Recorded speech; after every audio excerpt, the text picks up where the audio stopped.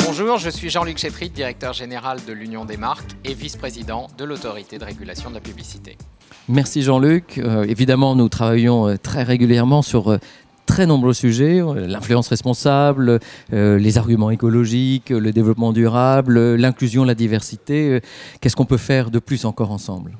Alors, moi, je voudrais célébrer cette activité importante d'autorégulation qui a fait ses preuves, qui, sur tous les grands sujets, sur tous les sujets qui concernent le public et les marques, les agences, les médias, nous permet de faire monter le niveau et de nous assurer que par la pratique commune et par des règles communes dont nous nous dotons, eh bien, nous pouvons répondre aux enjeux de société auxquels la publicité est confrontée. C'est une opportunité. Alors on peut faire toujours plus. On va sur l'IA, évidemment, on va être un grand sujet, l'IA. Mais on a évidemment tous les sujets autour de l'impact, la diversité, l'inclusion, comment sortir de la question des stéréotypes pour aller même plus loin et avoir une représentation de la société qui soit encore plus le reflet de ce qu'elle est et qui aide toutes les communautés à se sentir bien. Et je crois que la publicité a de ce point de vue un rôle important à jouer. En matière de communication responsable, l'Union des marques a son programme FAIR. Où en êtes-vous notamment des 15 engagements ? Oui, merci Stéphane, en effet, de mentionner ce programme qui réunit désormais plus de 52 signataires. On attend encore d'autres signatures. C'est plus 71% de signataires en l'espace de 3 ans. C'est 15 engagements sur toutes les thématiques de la communication et du marketing responsable.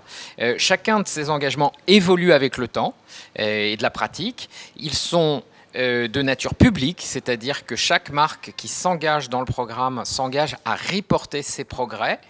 Et bien on le voit dans beaucoup de domaines, les domaines par exemple de diversité dans la représentation des publics, eh bien on le retrouve. Alors parfois pas assez, c'est pour ça qu'on pousse par exemple sur tout ce qui est sous-titrage, audio-description pour aller encore plus loin. Mais ces engagements, eh bien oui, ils sont là, ils tiennent et ils vont permettre à cette communauté de faire des progrès et d'emmener tout le reste. L'idée c'est que les 52 soient la tête de pont de tout le reste des entreprises dans le domaine du marketing et de la communication. L'Union des marques vient de lancer son méta-référentiel sur les bilans carbone dans notre industrie. Est-ce que tu peux nous en dire plus ? Oui, c'est un sujet extrêmement important que de regarder comment la communication peut, à la fois directement et indirectement, réduire son impact carbone. Mais pour réduire l'impact carbone, il faut le mesurer.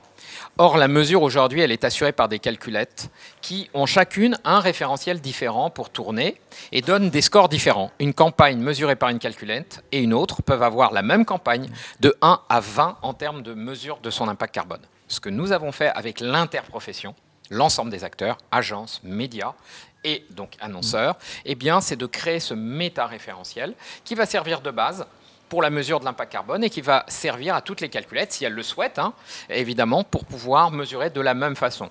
L'idée aussi, c'est de faire de cet outil un outil qui puisse s'intégrer dans une démarche internationale. C'est pour ça que nous travaillons avec AdNet0, la WFA, la Fédération mondiale des annonceurs, pour que ce méta-référentiel devienne le socle d'une mesure globalisée de l'impact carbone. Merci Jean-Luc. Merci à toi Stéphane.